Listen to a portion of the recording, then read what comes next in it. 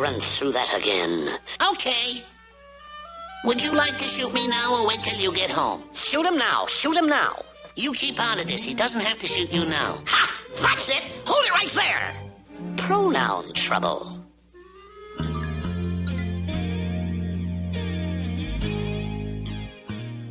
Let me make something abundantly clear.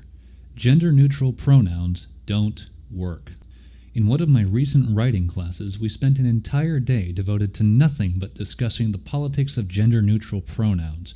We discussed how important it was for us as aspiring writers to de-gentrify literature and utilize more inclusive language in our stories, along with the multitude of what-if scenarios that any writer should consider, like, what if someone that's a member of an impossibly small portion of the population picks up your book and doesn't feel represented? A simple answer to that question: fuck off. We went over the uses of the following two gender-neutral sets of pronouns: they, them, theirs, and ze, zer, and ziz. God, I never thought that last set would ever be coming out of my mouth. Now, instead of arguing the moral or ethical reasons for not using these made-up words, I'm going to lay out the linguistic reasons as to why these two sets of gender-neutral pronouns aren't compatible replacements for what we already have. First up is the theys. Let's say you have a character who gets up in the morning to go through a routine. We'll call him Jim.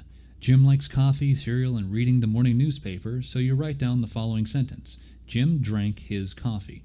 Now, given how language works, the pronoun his is a possessive, indicating that the coffee belongs to Jim.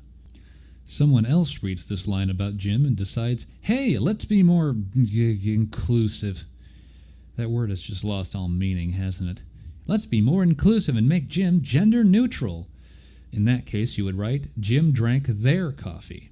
If you don't see an immediate problem with the wording here, you may need to retake an English class or 3. There, in this context, is a possessive, but because of how we use there, it creates ambiguity, which you do not want in writing. There is what we'll call a collective pronoun for the sake of ease. Because of how it's being used in the sentence, you don't know for sure if the coffee belongs to Jim, or if Jim is drinking someone else's coffee.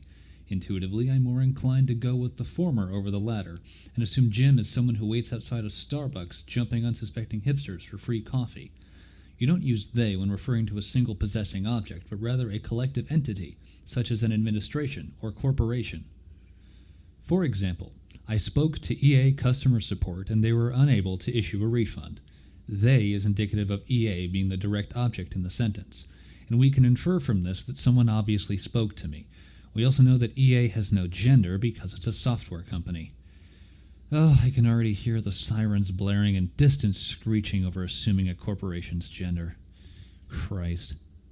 Using they to indicate a single noun possessing something fucks with our intuition of language. Now, you could argue that we use they in a singular possessive sense when it comes to a statement like someone left their coat here. Technically that's true, as only one person can own the coat. However, ownership of said coat can go to one of two people, which technically then makes it a collective pronoun because they is referring to more than one person. We don't know which pronoun to use unless we know exactly who the owner of the coat is. It's not a politically correct means of speech, it's simply our intuition of English at work. Another thing to note, pronouns are referential. You don't use them in the presence of their owner. If John and Jill are in a conversation and John wants to know what Jill did this weekend, John does not say, what did Jill do on her weekend? He says, what did you do this weekend? The opposite is also true in a general sense.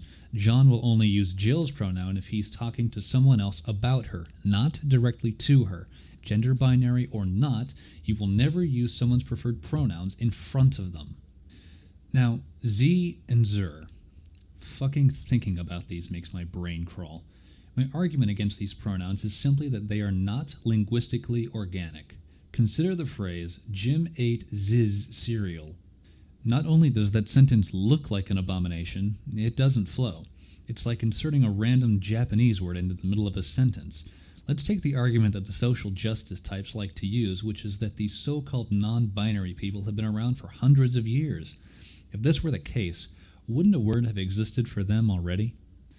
It may seem like a small breach of linguistic rules, but you can't just throw out a word or suddenly change its definition and expect it to stick. If I walk up to you and say Jetski Bablion, do you know what that's supposed to mean? Of course not. And on that, I rest my case. Sergeant Buck, over and out.